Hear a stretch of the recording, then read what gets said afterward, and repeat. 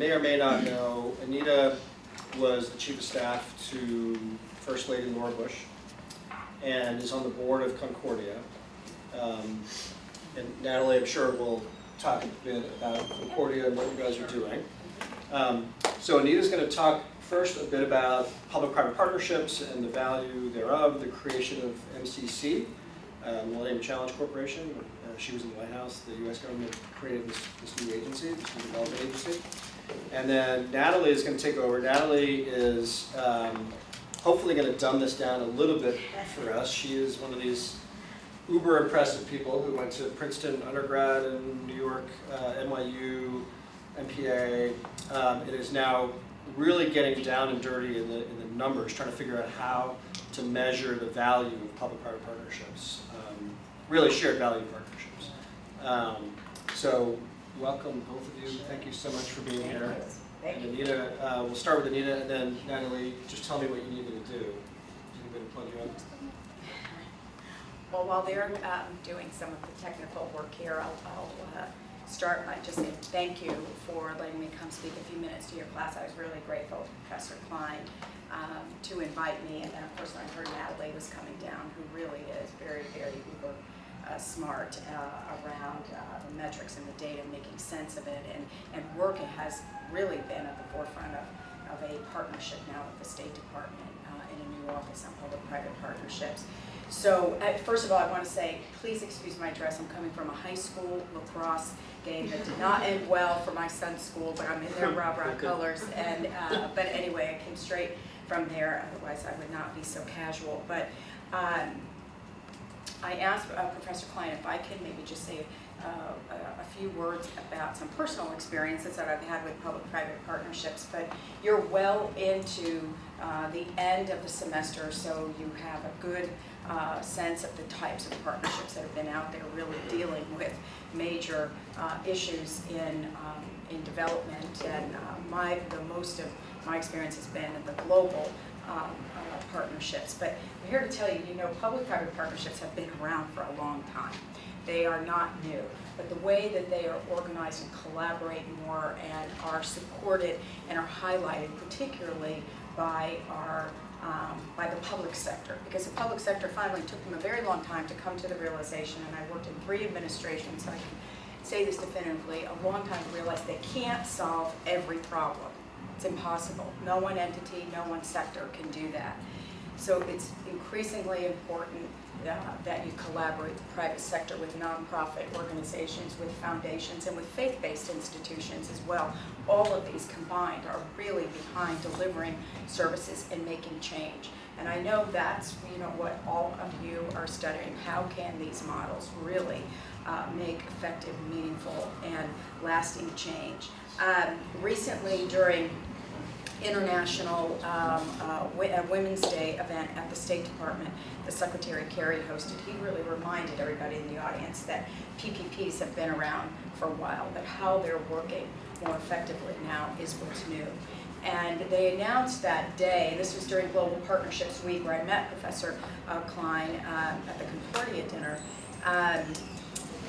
They had announced a new partnership that day with the World Bank and with Goldman Sachs as a 3-part, and the State Department, so a 3-part partnership that was helping a new women's initiative that was going to help women in the women's economic empowerment space. And he made a comment that I thought was so incredible, and it's really stuck with me, because when I was your age in college, and I went to AU too back in 1981, and was in the Washington Semester Program and the Foreign Policy Initiative. The way that we sort of thought about as Americans humanitarian assistance and foreign assistance, and how our government was working to alleviate suffering overseas, but it wasn't to the point of really where we would end it. We never really had a sense that we would end poverty forever.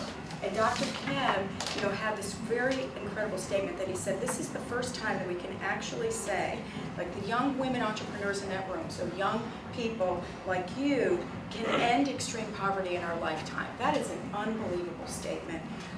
to say, and it can only happen with the kinds of partnerships that you're learning about here. And so I told Professor Klein, because I know he's hosting something on April 23rd that will have the Millennium Challenge Corporation at the table, and I really encourage you to go, and maybe it's a required event for all of you.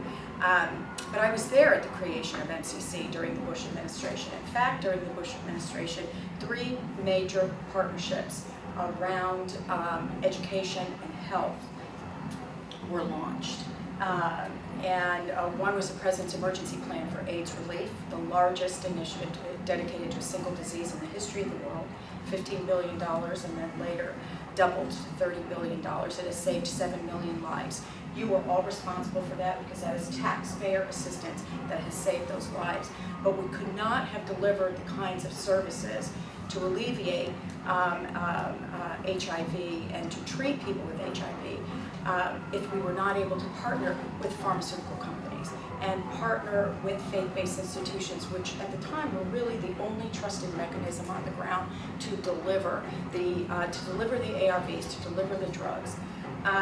Another partnership that was extraordinary and is still, again, saving millions of lives is the President's Malaria Initiative. So PEPFAR was launched in 2003. We began to see almost immediate alleviation of suffering and lives that were being saved. We're now at the point where people are living with AIDS, not dying from AIDS. The second, in 2005, was the launch of the President's Malaria Initiative, which was also a public-private partnership amongst the U.S. government through USAID, and then with private foundations like Malaria No More and Gates and others that really came together under the auspices of the leadership of President and Mrs. Bush, actually, to launch PMI. It's still in existence, still at USAID, still the same retired admiral that is running it, Admiral Zemo. He'd be a terrific speaker for you in the future as well. The third piece was the African Education Initiative, which was investing $500 million into increasing education capacity in the continent of Africa. So while people were being saved from AIDS and getting healthier and saved from malaria, you now had a population that was able to go to school again, particularly little kids, and build a capacity of education, and for women and girls was the priority. But overarching all of that was the launching of the Millennium Challenge Corporation. And that was, for the first time, is the way our government really looked at humanitarian assistance and foreign assistance in a very different way. This was not the hierarchical, patriarchal, we're going to give you aid and tell you what you have to do. This was the partnership and cooperation of the governments who met the threshold in order to be able to receive this aid. And the aid was around infrastructure, big projects, building roads, sanitation, clean water, airport roads, so that there was access to trade. So all these things were happening around the same time. It was absolutely extraordinarily revolutionary. And the thing you didn't really hear a lot about at the time, because don't forget, that period of time was also extremely controversial, consequential presidency. We're in the middle of 2 wars. So while we're fighting all those things, we're really doing all of this other. So MCC became coined as the Renaissance of Foreign Assistance. And that is the lens through which to look at MCC and really peel back the layers and investigate it. I'm thrilled to get you a speaker to come talk about why that was launched and why President Bush felt it was important to work with governments as a partner, not as a patriarchal system that we're going to tell you what to do. They had to meet criteria. And then if they met that criteria, then a pact was signed with them. And then they had a period of time to meet certain levels of acceptance, particularly around governance, because of the corruption issue.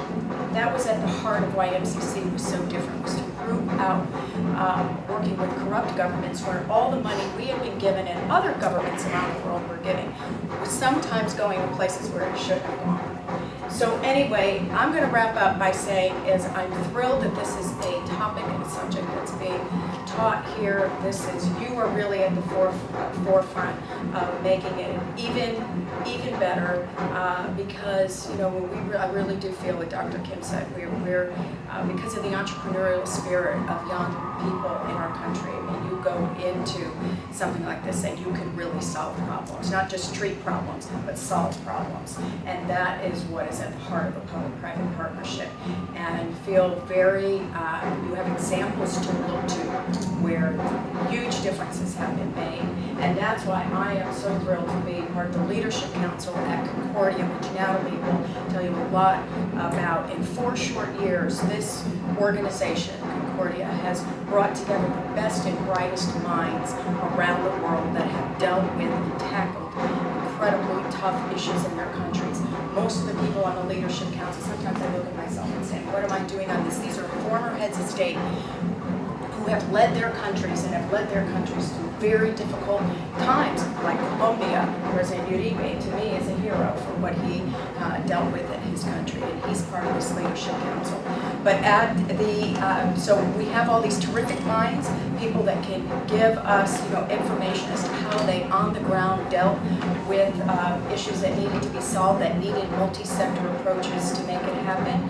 But what Natalie does is pull all this information together and create this global index, which is absolutely incredible and has caught the attention of the U.S. State Department, which is why she is here to talk to you about that tonight. And I'm really thrilled that in 4 years, Concordia is being seen as one of the major players in elevating and highlighting the public-private partnerships, the value, and how it can change the world.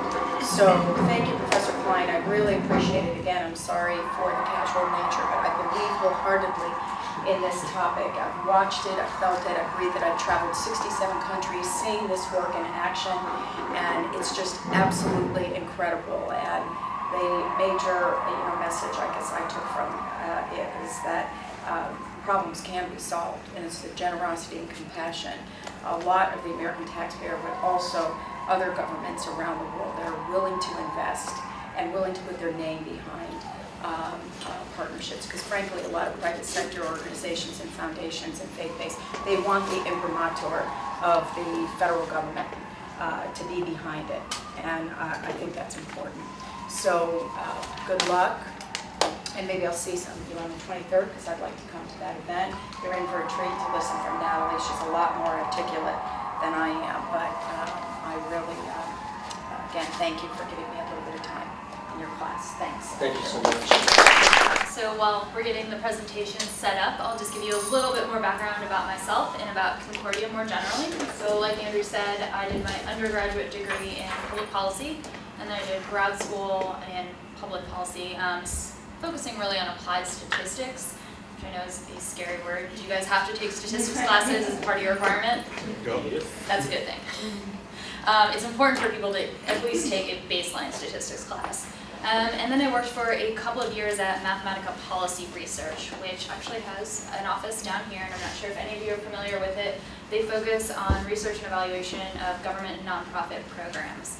So we did a lot of nitty-gritty quantitative analysis, really made sure that everything was rigorously evaluated, passed it off to whoever made us do the study, and they either decided to take our information or let it go. Which unfortunately, more often than not, programs are not funded because they work or they don't work. It's because there is public support or political support behind them. So this new focus on evidence-based programs is really exciting to people like me. So about 2 years ago, I joined Concordia, and Concordia is a nonprofit, nonpartisan organization focused on promoting public-private partnerships. It was started by 2 very young guys. I think they were about 25 at the time that they started. 23. Was it 23? They're younger than I am.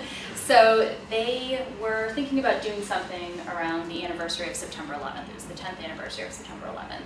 One was very involved in the private sector, one more involved in the public sector. And they said, what voice is missing from this talk about counter-extremism? Who actually has a lot to lose that we don't think about? And the answer was the private sector. Obviously, in the aftermath of September 11th, the private sector lost millions upon billions of dollars. So that's what they decided to have this conference about, and they brought together some of the world leaders. President Bush spoke at it. So once you set the standard that high, you've got to really shoot for the top. And they said, hey, public-private partnerships don't just have to be about counter-extremism, and they don't just have to be about hard infrastructure, which is what typically you see them in. So the next conference they did a year later was generally about public-private partnerships. President Clinton spoke at it. So obviously they were gaining traction, people were taking notice, and then the following year they decided, let's just not make this an annual summit, let's actually turn this into an organization that has an impact. And that really, I think, was the pivotal moment for Concordia when they brought on the research department, not just because they hired me, but also because it marked that movement from just convening and bringing people together to actually trying to take information, understand what was going on, and take a step forward into actually creating partnerships for impact. So our signature research product is the Concordia Partnership Index, which you all will get to experience today with me. We also do some case studies, and we have a P3 Impact Award, which we released last year. It was won by Hershey, the Ghana Cocoa Board, and World Cocoa Foundation for their Cocoa Link program. And I also help manage a lot of the relationships, academic relationships, and our relationship with the State Department and USAID. But today we're talking about measurement, which seems like a dry topic, but is actually, I think, so important and actually very interesting when you apply it to real-world contexts. So in my opinion, there are two main measurement, what I call buckets, when it comes to measuring P3s. The first is measuring the impact and the success of individual P3s, and I think this is relatively easy, it's just not done well often. And the second is evaluating the potential and the environment for P3s, and this is something that is quite difficult. So we're going to start with the easy one first, which is measuring the success of individual P3s. And I'm of the school, I'm not sure, did you assign them the Michael Porter shared value reading? Okay. So I don't quite agree with Michael Porter in that impact evaluation is drastically different from evaluating a P3 or a shared value partnership. I think they're actually quite similar, and that you can evaluate P3s by the general way in which you evaluate any sort of program. You just want to be very careful to make sure that all partners' interests are accounted for. So what I use as the basic tool for evaluating is the logic model. Have you guys seen logic models before? Yes? Yes. Excellent. So I'll go through this very quickly then. The main goal you need to set at the outset is I want to reduce the number of deaths by malaria. That can be your goal. You want to chart out which resources you have. And when you're talking about a public-private partnership, it's the resources of each partner. Not just of one partner, not of two partners. If there's multiple partners, you want to chart out all of those. That's what's available in terms of skills, in terms of time, funding, human capital, technology. The activities are what are actually done with those resources. What is the P3 going to do to achieve its final goal? Outputs are the data that's used to show that these activities were actually implemented. And then you have outcomes and impacts, which generally I think could be interchanged. One's more long-term, and it's the effects of those outputs. And the impact can be the long-term effect. And make sure that that is for all partners involved. It shouldn't just be for one partner. Even if we're talking about social impact, we should also see whether, if it's a company that's involved, what's the impact on profit. So I always like to introduce an example when looking at a logic model, because I think it helps outweigh some very important differences that are often overlooked when people are inputting information into a logic model. So I'm talking about Cocoa Link because it won the award last year. And like I mentioned, it's a partnership between Hershey, World Cocoa Foundation, and the Ghana Cocoa Board. And what these parties realized is that cocoa farmers in Ghana, their yields were not as high as cocoa farmers in other countries. And part of the reason was that they couldn't get the training. They were in remote villages, they didn't have enough staff, they didn't have the capacity to actually get out there and train the farmers on how to properly use the soil, prepare for the droughts, etc. What they also realized is that everyone had a cell phone. So one of the ways to get across this barrier was to send and receive free text messages and voicemails to all these smallholder farmers, teach them a little bit, okay, a drought's coming, here's how you should prepare. It's reached 45,000 farmers in Ghana, and on average yields have increased 45%, and the farmers' profits have increased 70%. So that's pretty incredible. So let's put it into a logic model. Here we have the resources from each organization. We also have the cocoa farmers, their resource, mobile phones, the agriculture experts, support, Hershey funding. The activities include partners need to advertise the program. People often forget about this. It needs to get to the people to tell them, hey, there's this program out, why don't you sign up for it? So they actually need to sign up. And then it's creating and sending the text messages as well as receiving the text messages and responding to it. The outputs, 45,000 farmers registered, 850,000 text messages were sent, 50K messages were received and answered. When it comes to outcomes, the farmers' yields increased 45%. And the impact that farmers' incomes increased and Hershey's profits increased. So what I really want to focus on is the difference between outputs and outcomes and impact, because these are very different and yet people confuse them often. So the outputs talk about whether the program was executed as intended, whereas the outcomes and the impact ask, was the program effective at achieving its goal? So this is important, and I'll go to why. So the first question, was the program executed as intended? How do we measure that? This is something that people call a process evaluation or an implementation study. And the reason it's important is because it tests the assumptions of the logic model. So in the case of Hershey, one of the assumptions was that the farmers could read and write. It started as a text message only program.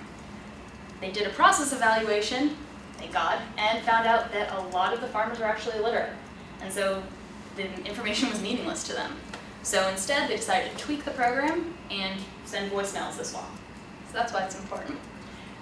It's also important because it tells you why a program did or did not work. It's always qualitative in some way. So you conduct interviews, you do observational studies, perhaps do some surveys. But it's not enough because outputs don't equal impact. So one of my favorite examples is the case of P3s or other programs that give away malaria nets. And the impact that they say is that we gave away 10,000 malaria nets. Look at our impact. Well, what was your goal? You go back to the goal. Well, the goal was to reduce the number of cases of malaria. It wasn't just to give out malaria nets. And there can be a gap between those two things. So outputs do not equal impact. So it's important to also find out what your impact to your program was. And we measure that through an impact evaluation. Obviously, these aren't very clever names. And it's important because it tells you whether your P3 worked or not. It's telling you whether you achieved your goal. But it also is not enough. And that's because you don't always realize, let's say you found out that a program doesn't work at all, but you don't know why it didn't work. There was a project, I believe it's called Project Greenlight, which took place on Rikers Island, which is a prison up in New York City. And it was to reduce recidivism rates. And they were going to institute a new program for prisoners who are about to leave the justice system. And they would receive this program, and then they wanted to see if it reduced the likelihood for them going back to prison.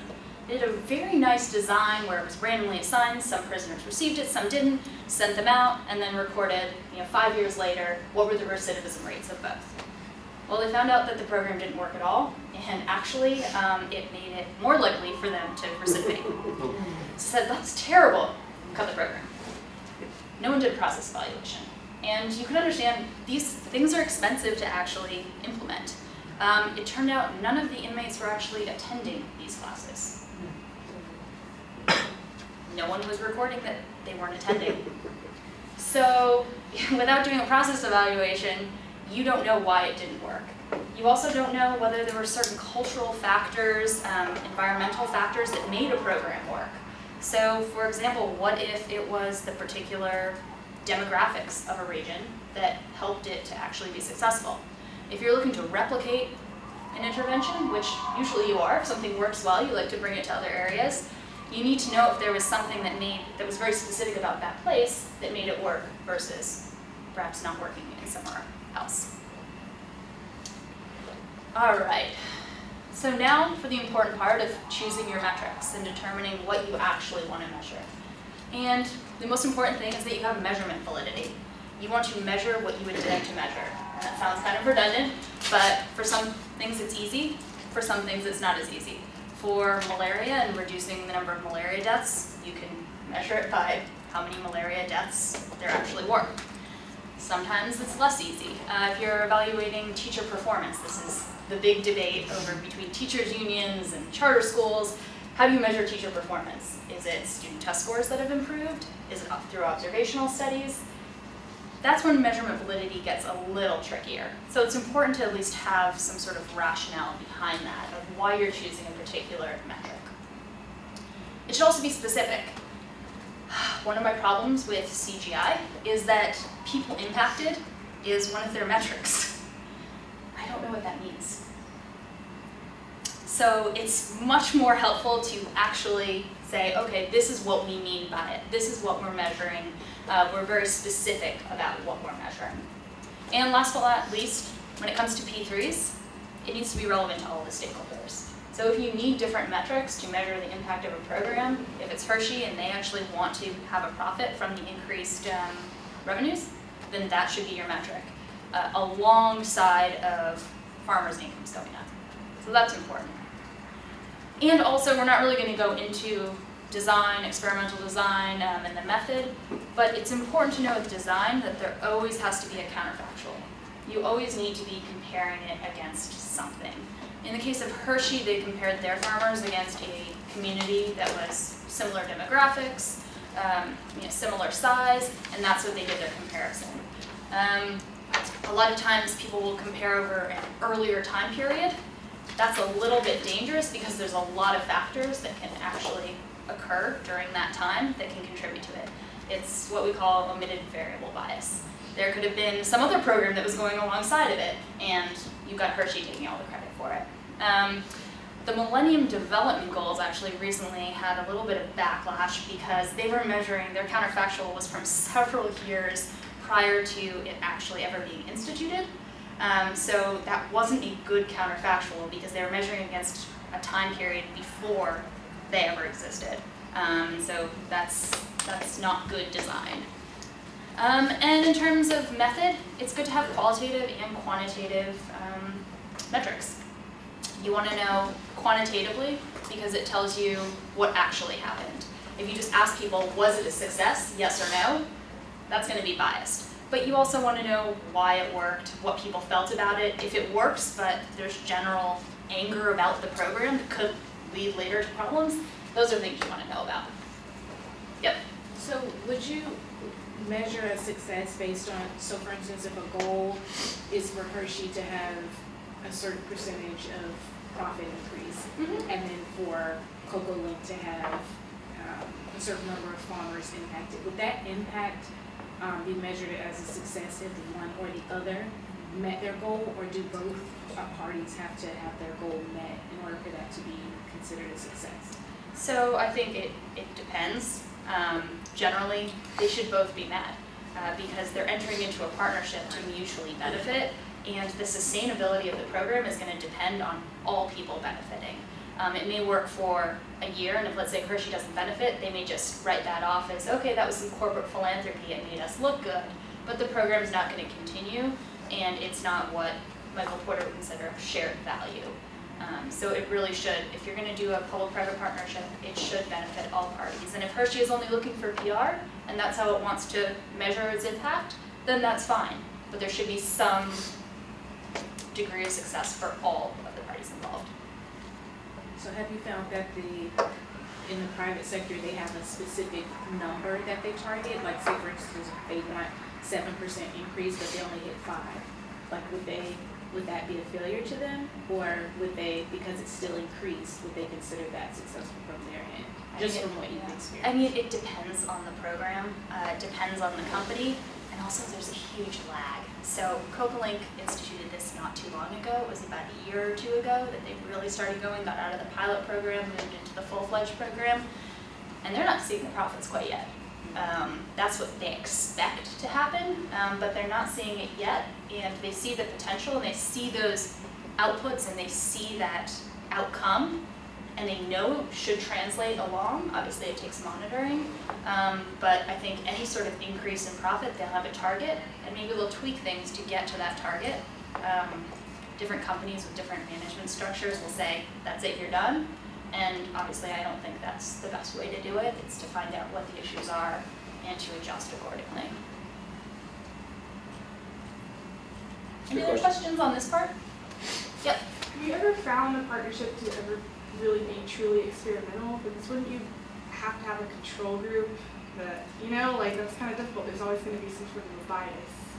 Yes, so I would love a randomized control trial for everything. And for some it works. Sounds great. But when you're dealing, especially with humanitarian issues, it's very hard to deny people the program.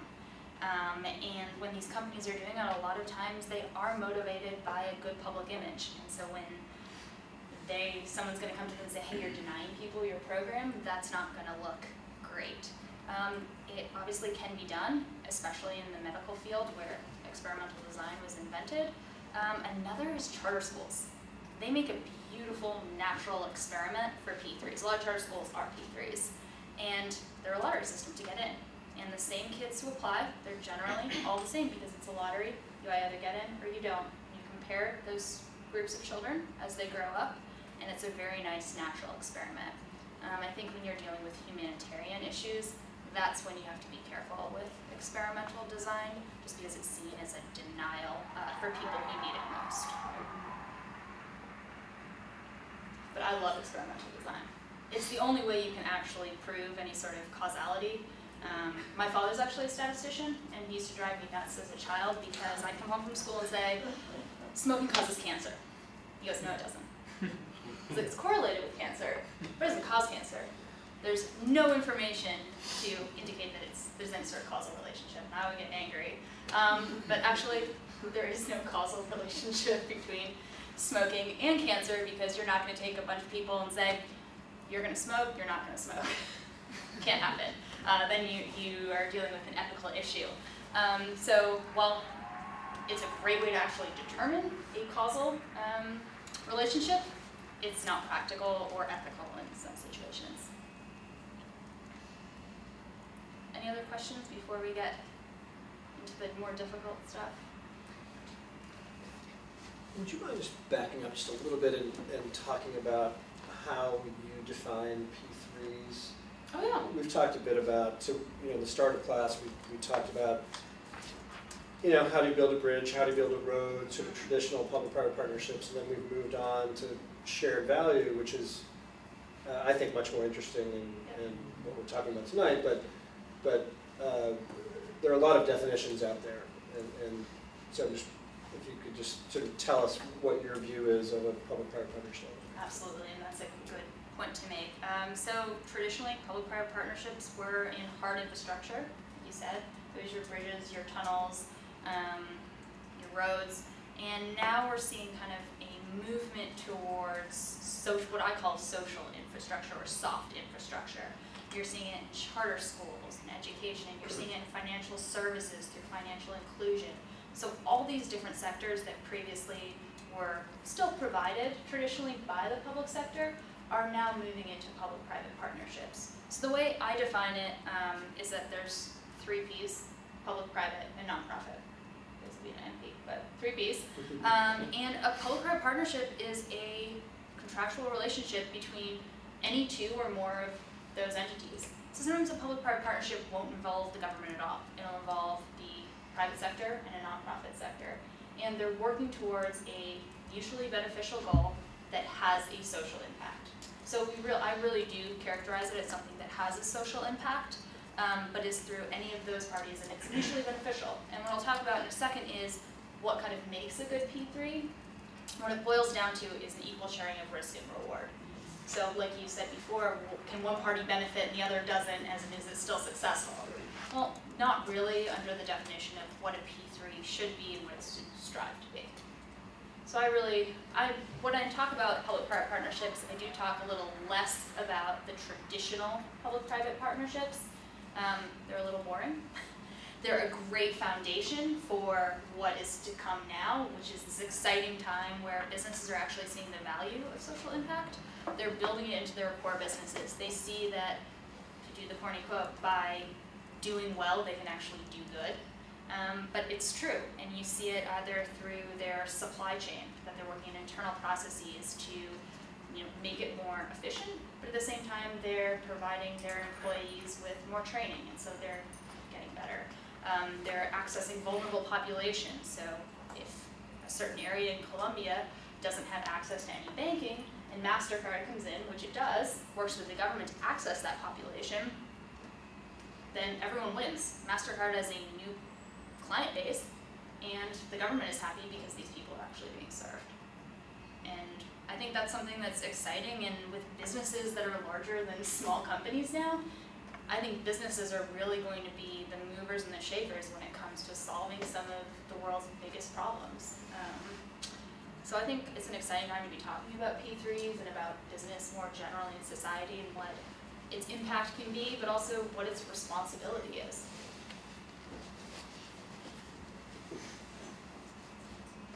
Awesome. All right, so now we're going to move on to the hard stuff.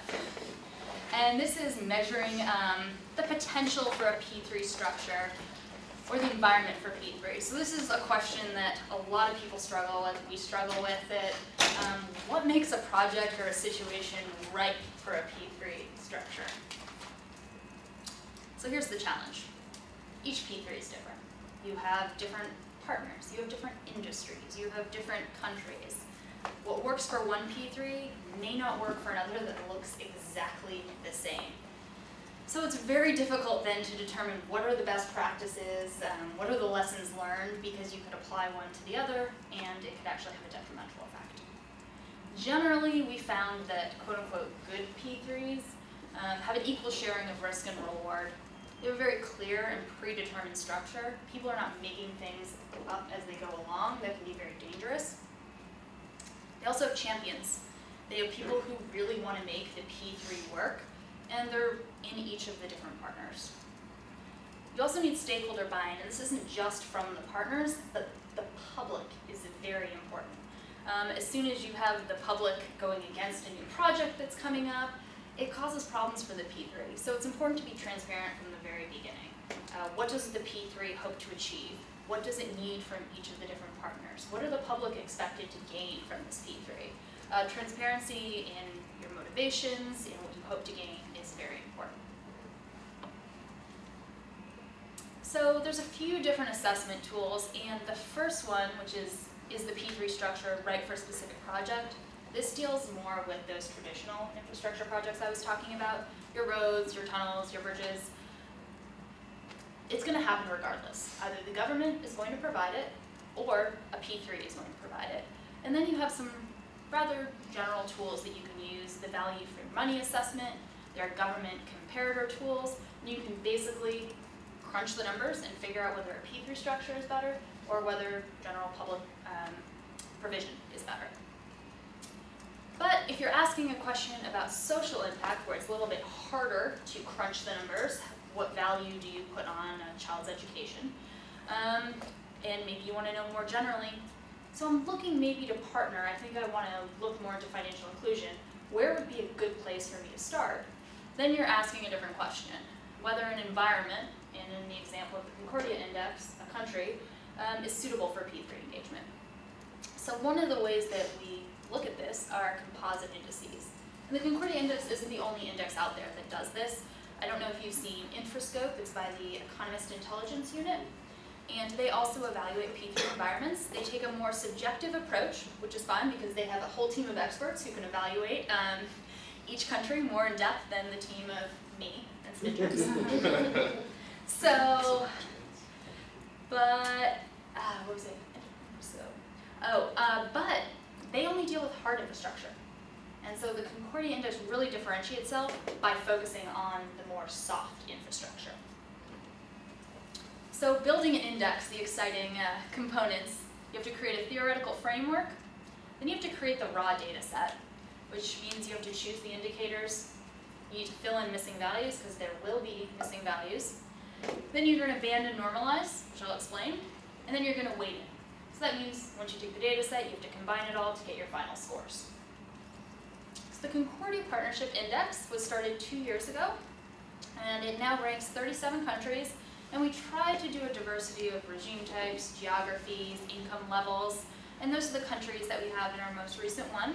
And when World Bank data, all the data tends to come out around June, we're going to add some more countries so that we're consistently updating, and hopefully more data gaps will be filled because we chose these countries a lot based on what data was available, making sure that the data was comparable across all of these countries. So like I did with the COCOLINK, I'm going to use the Concordia Partnership Index as a template through which we walk through all of the steps of kind of determining what makes a good P3 environment. So the theoretical framework, deciding, well, what does make a P3 environment to us? So we decided that there were three main parts that make up a good P3 environment. The first is political environment. It's important that there are political structures in place that actually enable and facilitate P3 activities. And an investment climate. Businesses should want to invest there. It shouldn't be hostile to businesses. And these two are pretty general. You see them in a lot of investment indices. They're not too exciting. So what we also included was infrastructure deficit. And this was based on the theory that where there is the greatest need is also the greatest opportunity for impact. And we measure that on 6 different soft infrastructure. And I guess transportation can be a little harder. Transportation, education, health and sanitation, energy, financial services, and ICT. So that was the big differentiating factor. So the first two would combine for readiness, and the second means the need. And combining those together, we would get the Concordia Index. That's our framework. So I find it helpful to kind of put them on axes. So you have the readiness running. No, here's I love. a light if you want to use it. What? Like a little. Oh my gosh. You ready? So the readiness is from here to here. And then your need is on the horizontal axis. So our theory is that if you have enabling political and market structures, you have high readiness. And if you have a high need, you have a high potential for impact. So that means you have low risk and the potential for high impact. Now conversely, if you don't have those political and market structures, it's a little bit more dicey, you have a higher risk. And if you don't really have a need, there's a lot of infrastructure built out, you don't have an opportunity for a huge impact. So that's probably where you're not going to want to engage in a P3, whereas here is exactly where you want to engage in a P3. And these other areas here, low risk, so it's not that risky, but you're not going to get a huge return on your investment. Versus here you have a high risk, but you also have a huge potential to make money and have an impact. So this is our basic framework that we're basing it off of. And so when we bring together, you notice the corny pop in and out, the need is important because being ranked high on the index does not make you inherently a quote-unquote good country. Good countries, if I were running a country, you want enabling political and market structures, but you don't want high need. You want low need. You want the needs of your citizens to be fulfilled. But that's not what the Concordia Index actually values. What it's looking for is where you can enter into a partnership and have the greatest impact. So if you have 2 countries, they have similar readiness, similar political structures, market structures, but one has greater need than the other, the one with the greater need will actually be ranked higher. And this is important when you're analyzing the results because you may say, what is that country doing at the top and why is the US not in the top 10? And that's because the need in the US is not as high, even though its political and market structures are quite high. And what we're looking to do with the index is really to show where there can be a great impact as well. Any questions on that? Yes? Yeah, so on the need side of that equation, where does private return fall, right? Because you mentioned that you have to make this still attractive, of course, to private partners. So does that get calculated into, I guess, into the index's assessment of that, higher versus lower need? Sure, so it fits into the theoretical framework in that if you're impacting more people, you're serving more people, you're going to make more money off of it. We don't go into directly how much money you're going to be making because it's seen as an opportunity versus something that's already happened. So it does take that into consideration. By impact, we mean impact, for social good but also we intend for it to be profit-based as well. And the market and political structures obviously have some bearing on whether or not it's going to be successful. But to the degree in which it's going to be large-scale impact, that's where the need comes in. Obviously, you're not going to make any money if you have a very, very high expropriation risk and the government takes everything you make. That's why the political risk is still in there. But when it comes to a large-scale impact, that's what the need is taken care of. I have one question. First, I thought it was interesting, you're comparing like two inversely related things almost. So I think my question is, it makes sense when you're one at the top, high readiness, high need, one at the bottom, low readiness, no need, but in the middle it seems that what weight you put on it seems to have the greatest, and how do you determine? I will get to that. Okay. And the inverse relationship is very smart, and I will show you how the data for the 2014 index actually demonstrates just that. Readiness and need are inversely related, and that works out with the actual data as well, not just theoretically. So, I'll get to it. Okay, sorry.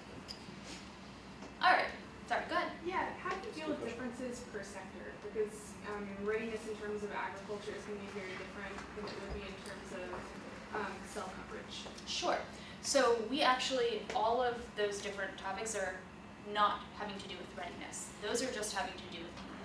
The readiness is more generally looking at the political environment. Okay. So what is the labor force look like? What is the commercial tax rate? How has GDP been growing? The cell phone, the ICT, all of that's kind of taken care of by the need components. It doesn't factor in. So it's more of a general look, and then in the need, that's when you actually get the individual sectors.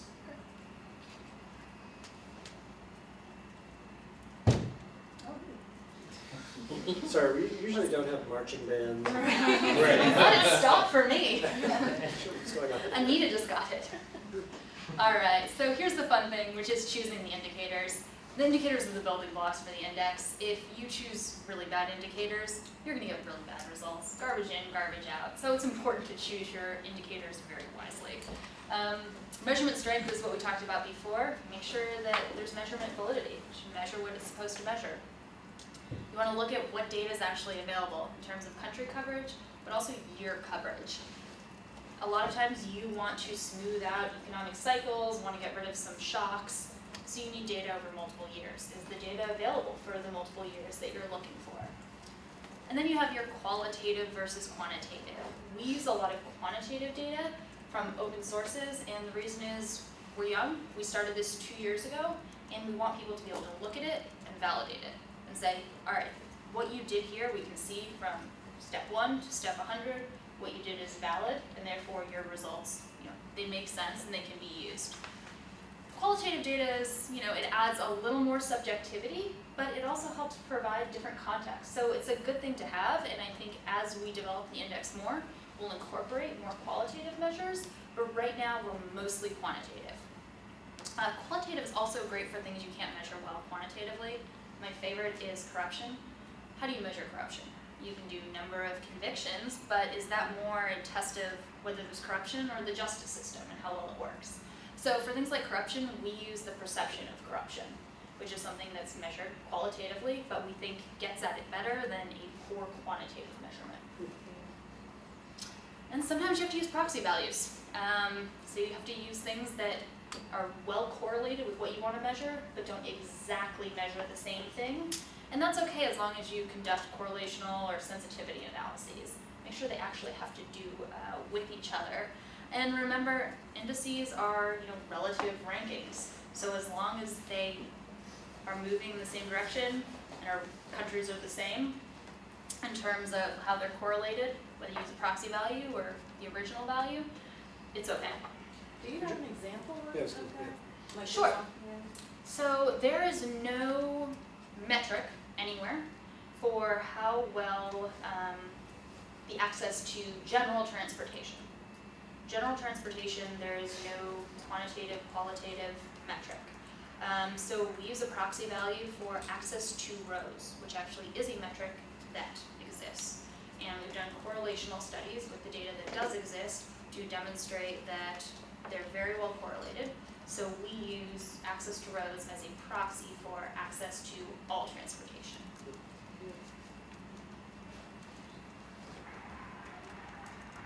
So we have 36 indicators and 23 categories. And then those categories go into the 2 to 3 domains that we talked about. The first 2 making up the readiness, looks like the ratio is a little off, and the need, which then make the index. So what's going to happen is you're going to have missing values. And this can be a little dangerous because if you have a lot of missing values and you fill them in, it gives the illusion that you have a full data set, and you really don't have a full data set. So you want to be careful. You want to know what kind of values are missing. Are they missing at random, or are they missing systematically? Example of a systematically missing variable, people with higher incomes on a survey are less likely to report their income than lower income people. And that's a systematically missing variable. You see it more with surveys, but it can also occur in data like this. High income countries are less likely perhaps to submit data on tertiary enrollment. So those are things you need to watch out for and to accommodate for. Luckily for us, most of ours were random, so we didn't have to worry about any sort of systematic biases in the missing data. So we used various techniques for filling it in. Sometimes you can just use the mean, median, or mode of a group of similar countries. It might be in terms of human development, it might be regional. Sometimes you just use the general data set. You can also use the prior year. So if you're looking for data for 2007, you only have 2006. Sometimes you'll use the 2006 data. You only want to do that though if it's a slow-moving variable. If it's a variable that jumps around sporadically, you don't want to just use the prior year. You're going to want to use a different technique. And you can also use regression imputation. This can be a little more time-consuming. We use it only once when we were missing data for the number of people who had access to electricity in Russia, and it was missing, doesn't exist. So we actually used a regression based on the people who have access to a TV, because there's a very high correlation between those 2 things, and we were able to substitute it in. So now that you have your data set, you have all of your raw values in, you filled in any of your missing values, you need to bring all the information together. But what you'll notice is each indicator has its own scale. You have a civic activism index score that's between 0 and 1, and then you have household consumption that's 0 on up. So in order to actually aggregate these, they need to be on the same scale. Otherwise, some are going to get much higher weight than the other. So there's a few different ways of doing this, and we won't go too much in depth because they can get a little complicated. The first is ranking. You take all of the indicators for, all of the values for a specific indicator. The best gets a 1, and the other one gets a 37. The problem is that there's no difference between 1 and 2 and 2 and 3.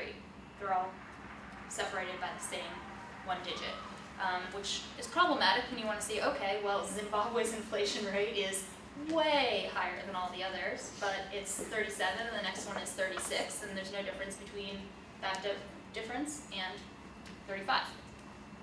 Standardization is using z-scores, so transforming all of your data into z-scores.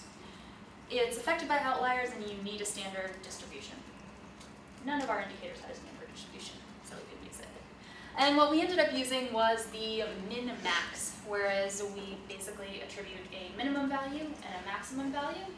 Anything above the maximum gets 100, anything below the minimum gets a 0, and you equally stretch all of those others that fall in between equally across.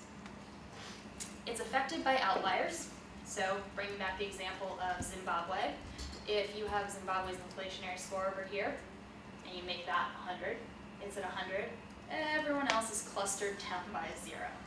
That's not helpful in analyzing anything. So by removing the outlier and then stretching the other scores across, you actually can get some valuable information from that. So we made sure that we removed all outliers before doing the banding process, and we actually just used a box plot to do that.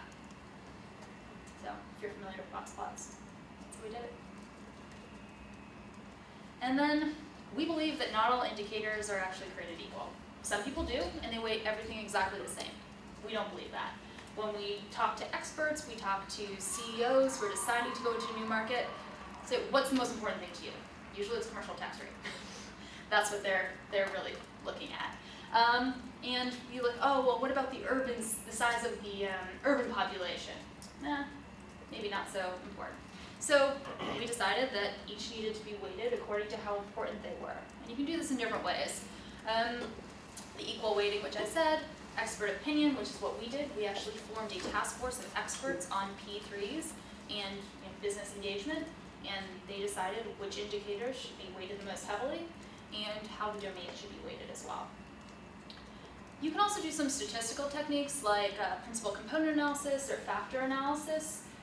Our data actually didn't hold up to these. We had more principal components than we would even have indicators, so that wasn't going to work. And when we tried factor analysis, the results weren't stable, so we couldn't use that either. So we used just expert opinion, and as long as you can validate why each was given each weight, that's okay. So now we can take a look at some of the results. Actually, can I just ask a quick question? Yes. I'm really curious. What I guess just off the top of your head, what were some of the the highest weighted indicators that expert opinion yielded? Oh, sure. I'll try to remember. Commercial tax rate was very high. Perception of corruption is very high as well. Expropriation risk. So any situation where you think that everything that you've done is just going to be taken away from you in the political environment, that's very important. I believe we also rated political will to engage in P3s as very highly. We needed some way to say, is this a friendly environment to P3s, not just generally to business, but to P3s. So we did analysis of all the laws that were in existence, whether they were friendly to P3s. Was there a unit that was specifically for P3s, or was it housed somewhere else? Are there specific sectors that focus on P3s, or is it generally they're amenable to all? And I can go into some of the, I think they may be some of the specifics, or I'd be happy to send along the methodology section, which has the breakdown of all of them. Why commercial tax rate? Is that because businesses may not want to do business in a country where the tax rate's too high? Is Yeah. Why do you think everyone's going to Ireland? Yeah. They did, yeah. But that's a huge problem in Ireland and Northern Ireland. Northern Ireland is struggling. They finally came out of the troubles. They're trying to attract businesses, but they're tied to the UK with their taxes. And right across the border, they have Ireland with one of the lowest commercial tax rates out there. So that's where your Google's going. They're not going to Belfast. They're going to Dublin. So a lot of times they're looking to see where they can pay the least amount of taxes. And when it comes to the weighting, we actually weighted the domains as well, which, going to your point, is that political environment is actually rated the heaviest at 40%. And this was for a few reasons. One, political risk was cited by our experts as the most important factor when deciding to engage with a country. And that also makes sense with P3s because you're going to be working with that government. So you want to know if they're actually easy to work with and if they're friendly to business. Infrastructure deficit and investment climate were both rated at 30%. But what I'll show you when we actually go into the online portal is that we allow you to adjust those, because maybe that's not what you think is most important or what you need. So we allow you to manipulate it, because indices should be used for however you need to use them, and see how the results change. So we'll do that in a second too. So these are the results from 2014 index. So Chile is number 1, and it was number 1 in 2013 as well.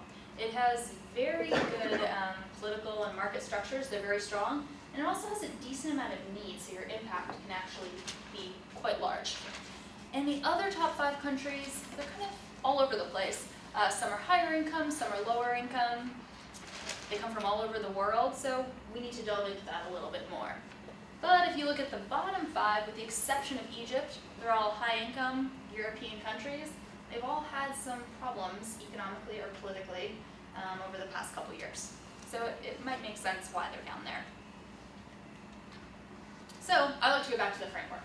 And don't pay too much attention to the axes, because we've moved them to accommodate for the weighting. But what you may be able to see is up there is Chile. So you see that it's high in readiness and kind of in the middle when it comes to need. And here's Italy. So Italy and Chile's need is kind of similar, but what really differentiates them is their readiness. It's their political and their market structures. They're very different. And as you were mentioning before, we see this inverse relationship.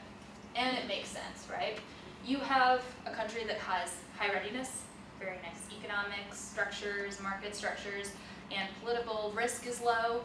People are going to want to invest. So they do invest, and need goes down.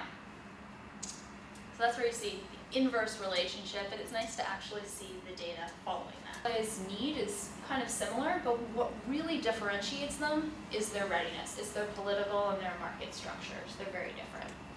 And as you were mentioning before, we see this inverse relationship. And it makes sense, right? You have a country that has high readiness, very nice economics, structures, market structures, and political risk is low. People are going to want to invest. So they do invest, and need goes down. So that's where you see the inverse relationship, and it's nice to actually see the data following that, and that it's not just theoretical. So taking a closer look at Chile, here's what we saw before, is that the political environment score very high, the investment climate score very high, its infrastructure deficit score, around the middle. And then if we look over here at the spider graph, we can see that its transportation sector is probably in the greatest need for investment. And we have a kind of complicated way of determining the need for the different sectors. And so if you're interested in that, we can go a little more over the methodology, or you can just read the methodology report, which I think is fascinating. But you may think it's a little less fascinating, so I'll let you guys do that on your own. You can always email me with questions. All right, so there's a few points to really remember when we're looking before we actually go into the online portal, is that indices are inherently subjective. We chose what data we were putting in.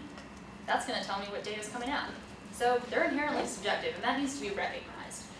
And that's okay, as long as the process by which we chose those indicators and that we chose how they were going to be weighted is objective, and that we lay out the rationale for doing it. So it's subjective, but that's okay as long as the process by getting there is objective. And like we were talking about proxy values, scores and rankings aren't the same as raw values. So let's say you have a raw value, which is access to secondary education. So the number of children, percentage of children who are in secondary education of that cohort. That's the raw value, but access to education more generally is what it represents. So the scores are different than the raw values. It represents something greater, and that's what the index represents, is a collection of all those things coming together, and it's the relative values of each of those countries. And like I mentioned, quantitative data has limitations. Countries report these measures to the World Bank, IFC, and sometimes they measure them slightly differently, even though they're not supposed to. So that's something that needs to be kept in mind. And there's the case of Russia and China, who are offenders of this. So if we take a look at the investment climate domain, so we make sure that we can see each domain and what the rankings are, we have South Korea very high, we've got China number 2. So you take a closer look at the indicators, and you see a very low reported public debt to GDP ratio. Well, China can decide what it wants to keep on and off its balance sheets. And if you read reports or various studies, you know that it's a lot higher than what it's reporting. So it may be that it's artificially ranked higher than it should be. Now Russia looks like it's had a pretty stable economy, not a lot of currency fluctuations. Well, it's been manipulating its currency for years. So these are all things that kind of need to be taken into account, and they can either be taken into account by changing the variable and saying, okay, well this is actually what it should be. We chose not to do that because we wanted to, at least in our first couple years, keep everything very much based on quantitative data. But to go through all of these things when we actually write our country profiles, and we tell people, look deeper into the data. Don't just take the scores and say, okay, well, Chile's it, let's go. I'm this type of firm and I'm going to engage with the government. That's not what the index is actually for. It's supposed to be a first step in canvassing different environments. So now we can go to the index, yes. So what happens if a country stops reporting? How does that throw or skew your how you all come up with things. So like if Okay. Georgia, for example, you know they've had their issues financially, and they say, you know what, we're just not gonna report. So now, when you all go through your research and do everything, do you all kind of put them on the back burner, or do you all kind of just eliminate them altogether and move on with everybody else? If Georgia stopped reporting all of these indicators, I would cut them. I mean, I'm just saying, you know, because like you said, Not I would just, right. The reason why I'm asking is because, you know, they might get with the Russia bandwagon and say, you know what, we want to skew numbers, so we're going to stop reporting for a year, and we might decide to report again, and then you know, being in there, you see something like that. That's what. yeah. No, and that's something that's so difficult and that we're always dealing with is, so if we know that the data probably isn't great, do we want to use it? Is it the garbage in, garbage out? And so we've decided to say this is what's reported. World Bank creates a lot of indices and it's based on this data. Right now, we are going to go along with that and assume that if it's good enough right now for World Bank, it's good enough for us. We're a small nonprofit. World Bank wins. But it's important that we realize that it may not be accurate, and if they were to completely stop reporting, if there is no data to be found, it's dangerous to do projections for every single indicator. You're likely not going to get it right, and it's going to appear as though you know where it is, but you don't. That's a good question. So maybe I'll take a quick look at this. So this is our online portal. So you can see all the countries are scored here. And you can also look at each individual domain, so it re-ranks.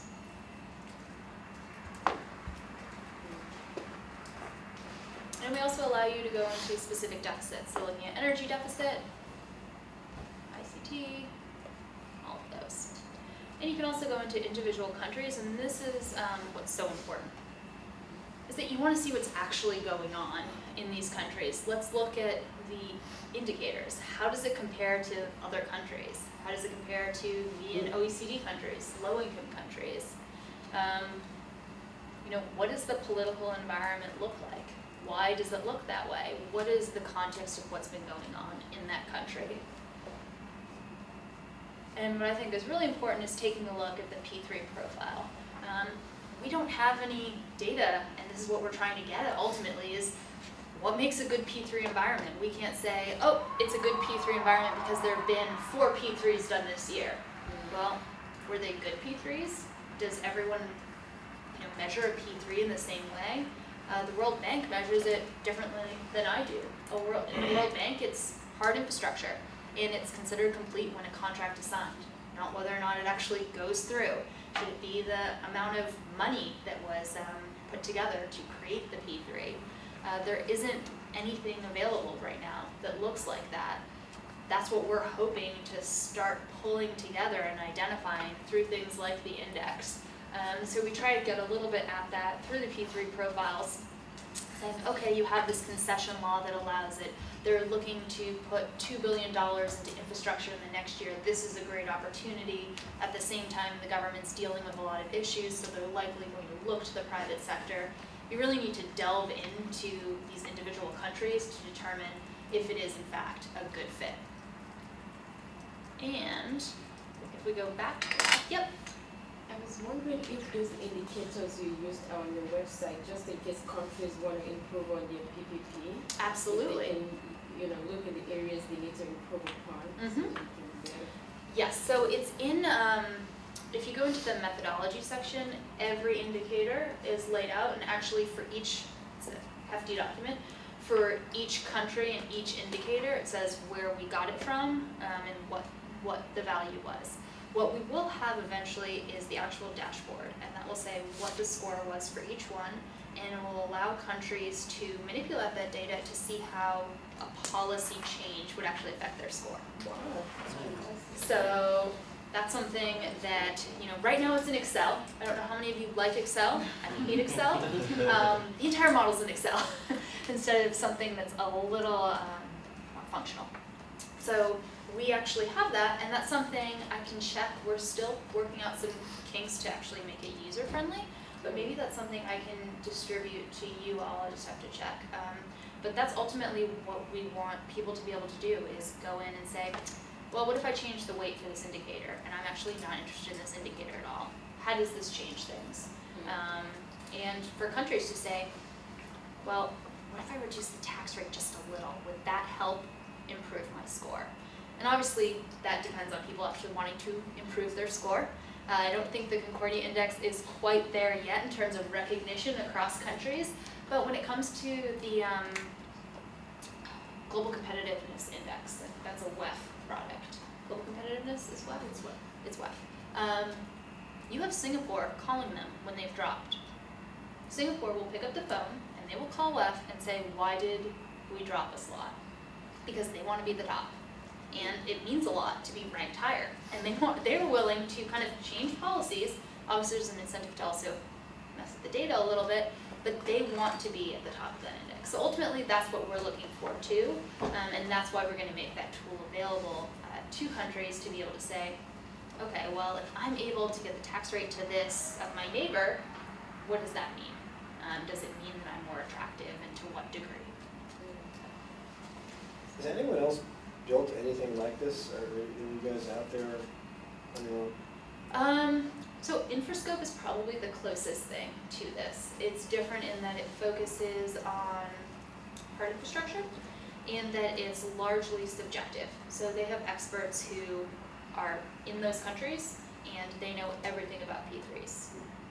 So I think it's a fantastic tool, and what they've actually done is they do it in areas. So they have a Latin American, Caribbean index. And then they have one that they've actually sold to other people. They sell the model to other groups of countries. So I think they just sold it, and they're creating an Asian Infrascope as well. So it's a really nice report. Definitely takes into more contextual factors. Ours is more quantitatively focused, and it's the entire globe versus just subsections of the world. So was the model established before you came on board, or did you kind of have to build it out once you came on with Concordia? Oh, with Concord. So the task force, so this was actually done before I got on board. Part of it was done before I got on board. And I didn't care much for the methodology, so I tweaked it. So this past year was kind of fixing it up to make sure that everything was methodologically sound and then we had a rationale for everything. The rankings didn't change much. I did a sensitivity analysis. They didn't change much, so it was pretty sound what had been like previously instituted. But you know, I'm very methodical, and a certain way needed to be done. So I didn't have as much influence when it came to creating the theoretical framework, but you know, it's quite sound, and you know, it's been looked at by various different organizations who have validated it. So, but I did play a little bit of catch up. It was trial by fire the first month or two. And here, before you get to ask, is where we can also change. So let's say infrastructure gaps are not important to you. You want to bring them down to 2%, 20%, sorry, and you want to bring investment climate up. You re-rank. So we're looking now at Chile still maintaining its spot. You have South Korea still in the top 5, but now Australia is up there. Peru moved down a bit, and the United States and the United Kingdom have now shot right back up. So that's what, through the more in-depth tool, will actually allow you to do. You change individual weights, individual indicators, and you'll be able to see what the impact is. So now, if you have a follow-up question. Now, you guys are at 37 countries now. Are you planning on expanding this? Oh, yes. Okay. Yes, definitely. It's largely a capacity issue and a data availability issue. So we're always looking to kind of expand our team, which gives a good thing. If anyone's looking for an internship this summer, likes data, and would like to, you know, come to New York, we're definitely accepting. I can send around, Andrew, I'll send it to you, Great. the application to work with us. We would be working on the index. We're starting a new campaign on human trafficking, labor trafficking specifically, and also working on our summit. So you get to be in touch with top CEOs, former heads of state. It's an exciting time in the summer. It's very, very hands-on. So it just depends on what kind of how many people we have, how many countries we can add, how we're dealing with the missing data. But countries now are realizing it's important to report data, it's important to actually measure things. So it's becoming easier to just collect it and put it in. Do you have like a list of private sector companies that are leveraging this tool that you all have? Huh. I mean, not that I want to know the list, but I'm just wondering, like, this is awesome to me. I'm just wondering who's taking advantage of it from a private sector. To be honest, I don't know. So we've done some presentations to various companies, and it depends on the company. Some are, they have their own ways of evaluating whether they're going to go into a country. And, countries are huge. You're typically, when you're working with a P3, maybe you're working with the national government, but a lot of times you're working more local level, which we don't drill down to. So I'm reconvening the task force this year to kind of say, well, how do we actually want to be using this? How do we want people to be using this? Would it be more helpful if we did it, within country and look at localities? Or would it be helpful to focus on one industry and do a sub-index on just the energy industry? Because countries are large, and this tells you a lot of important information in one place, makes it very digestible, but when it comes to making actually decisions on who your partners are going to be and what the opportunity is, it's going to take a lot more research and work. You actually answered my next question. I was going to ask if you all do local. Like, Oh, yeah. what future state would you look into doing local? Exactly, and you look at the United States, it's all over the map in terms of public-private partnerships. You have some states that are fantastic, they love to use them, and others that, nope, you're gonna get public outcry, and it's not gonna happen. They've been burned once, and they're not gonna be burned again. Chicago had a terrible experience with P3s with their parking meters. Is anyone from Chicago? They didn't write the contract properly, and the private sector company was having trouble actually getting a return on their investment, so they just hiked up the prices. And they hiked them up so badly that it was impossible to park in Chicago because it was so costly. And it was hitting, of course, the lowest income people, and it was a disaster. So you're gonna have a hard time bringing back public-private partnerships after they have this negative connotation. And a lot of people associate, P3s negatively because they've had a bad experience. But, P3s don't work in every situation. They're not meant to work in every situation. So we're trying to identify which situations work and which don't, but they're not a cure-all for everything, but they are a potential tool, and so they should be carefully considered and used. Yep. So talking about expanding and adding more countries, the countries that have the most need are also most likely the countries that aren't reporting data. So how do you sell yourself, kind of like you were talking earlier, getting the information out there to people that need it?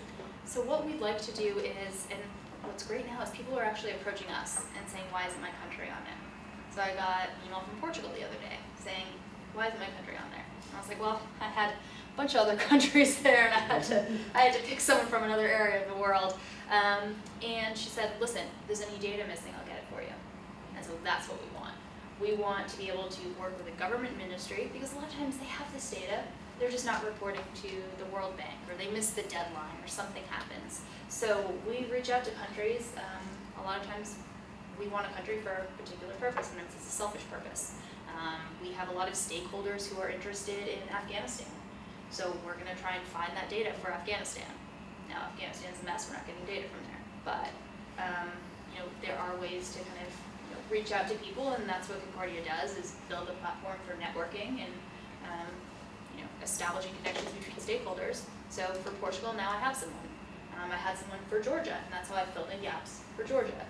So it's making sure that, of course, this isn't subjective and they're just feeding me bad data, but it's a lot of times that's how we deal with this. We actually just reach straight out, or we have one of our leadership council is fantastic. So we have the former president of Spain, and he knows a lot of people that he can help us get the data.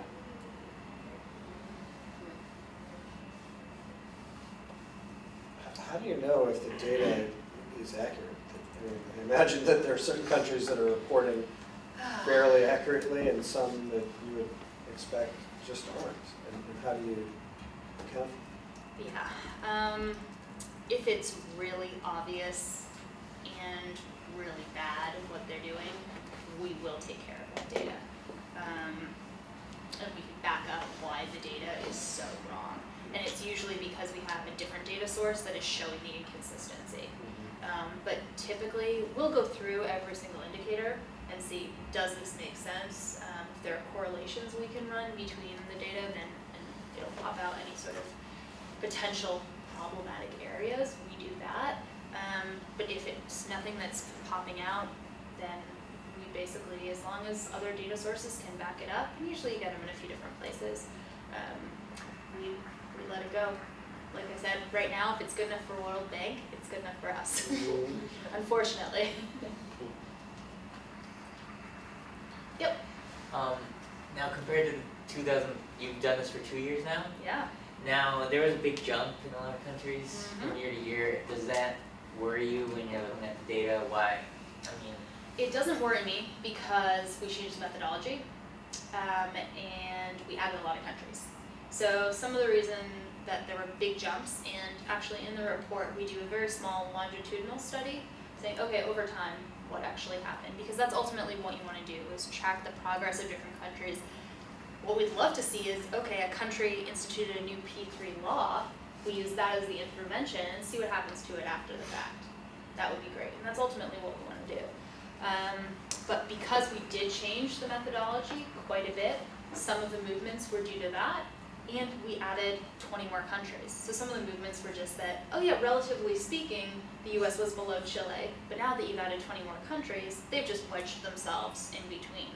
So we did do a brief analysis of if we had just removed the additional 20 countries, how those individuals, the original 17, moved. The biggest movers were the US, Russia moved a lot, and that was because we kind of used different indicators.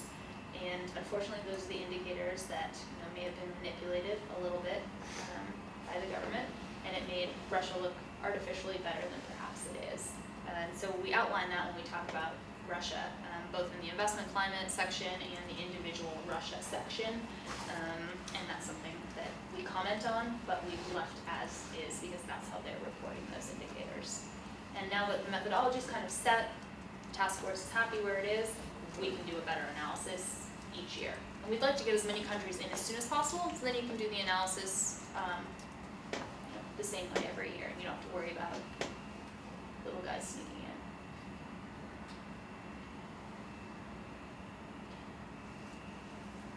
So this is amazing.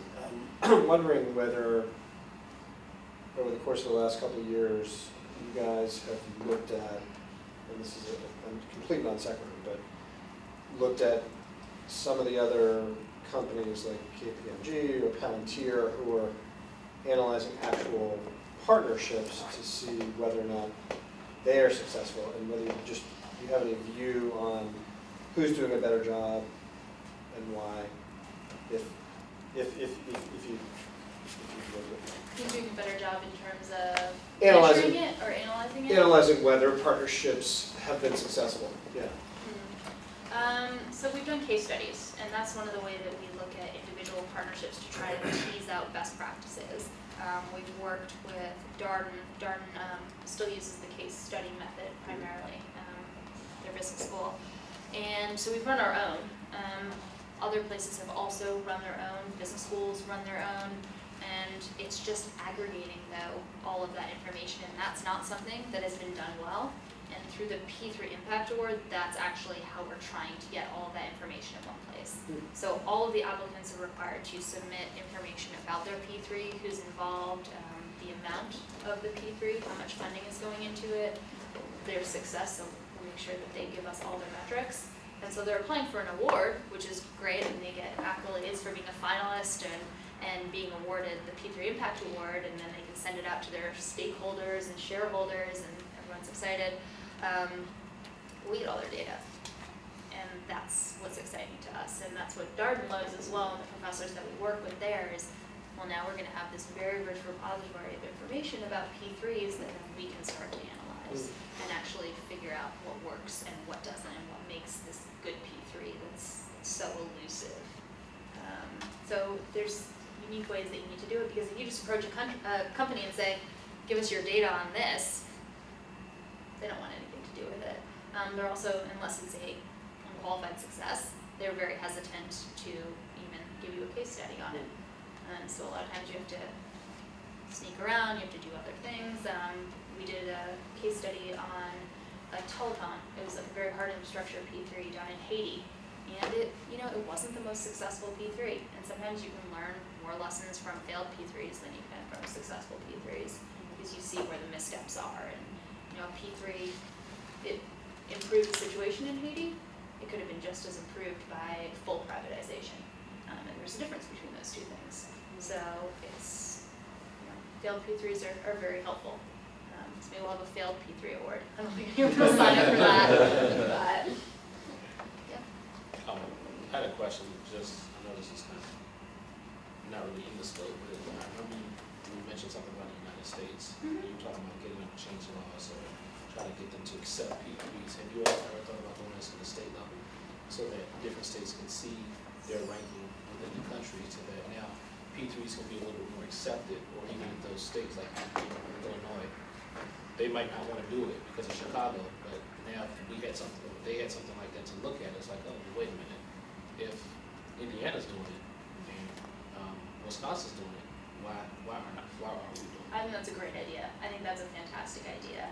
We have a partner called the Intersector Project. They have a P3 toolkit that if you guys actually haven't seen it, you should take a look on their website. It's a great toolkit of kind of how to best navigate the P3 space and actually create a good partnership.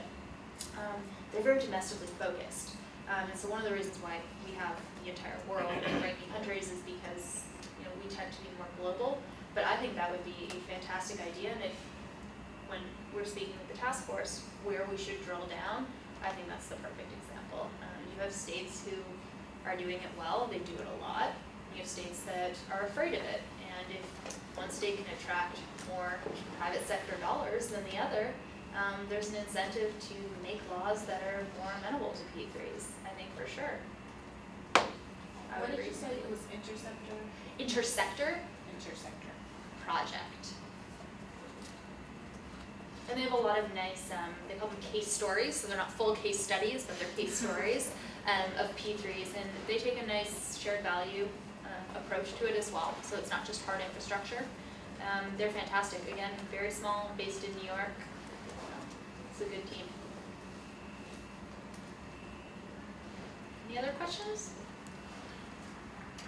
Yeah, actually, I was just sort of sitting here thinking about sort of the mission and where it started, right? Concordia, with violent extremism being sort of the the fulcrum for all of this. Has it come full circle yet in terms of assessing how a country's P3 amenability links back to that original kind of idea behind Concordia? Are you guys sort of thinking about that still? So, in terms of research, we haven't made the full circle.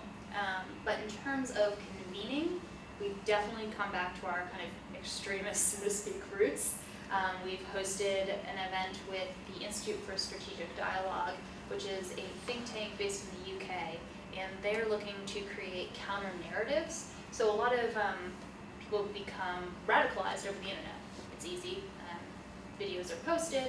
So their idea was, okay, well, instead of trying to find them and hunt them down, what if we were to identify the type of person who may become radicalized online and provide them strategically with content to steer them away from it, so give them another path. So that's an event that we did to kind of come back to our counterterrorism roots and look at this unique way of doing it. And Google was involved, Google Ideas actually was working with ISD, so it was a public-private partnership as well, to see how you could leverage technology to combat what's kind of the bad side of technology. But I mean, this year is our 5th year for the Concordia Summit. So we're going to be doing a session on each of the kind of look backs over the past 4 years. What were our focuses? We had a focus on youth, we had a focus on counter-extremism, then general P3s, and then scalability. And now we've decided we've had enough with all of the different themes, and it's just going to be general global affairs and a look back on the past 4 years and what we've been working on. What's the date of the summit? October 1st and 2nd. if you are in New York, send me an email. We need more young people at the summit. Right now our audience is a little bit older. So I'm always trying to, bring more students in. We have a lot of breakout sessions on innovation. We also started something new called office hours, where it's 5 to 10 people, and you sit down with either one of our speakers or a former head of state. So Uribe, Aznar, Calderon, they all did it last year, and we got to sit next to a former head of state and ask them questions. So I think Anita also was one of our roundtable office hours professors, and it was a great opportunity, and to be able to ask someone who's been through a lot of different experiences and how they've worked with P3s, it's very valuable. So we try to always do something that's a little more interesting than just people speaking at you. This year we're looking to do simulations as well, so what would happen if there was a global health crisis, or I think we might do a terrorist attack, and you have the top people in the world, we'll have them there, and they'll talk about how they would address that issue. It's called a shockwave. I don't know if anyone's seen this at a conference before, or if we're making it up, but yeah. I have no idea. I keep getting pulled into the different programming components. That's one of them. So if you have any ideas also about cool things you'd like to see at a conference, we're always open to it. Now's the time. And this is in sort of loose conjunction with CGI, No, we're not affiliated at all with CGI or UNGA. but in terms of the timing, Exactly. yeah. So we're smart. We know that all of these people are going to be in town for UNGA and CGI. So might as well capitalize on all of these fantastic people being in New York at that time. That's how you can make sure you can get them all in the room. So it's at the same time as both of those events. And that's actually why we had to move the summit, because UNGA moved their dates. A couple weeks, yeah, I'll send you it. They moved their dates. So we had to move it too. Wow. But it's an exciting time in New York. It's probably the only time in New York where you get all those political heads in New York at one time. So it's like DC migrates up. Anything else? Thank you so much. Absolutely. Great. It was fantastic.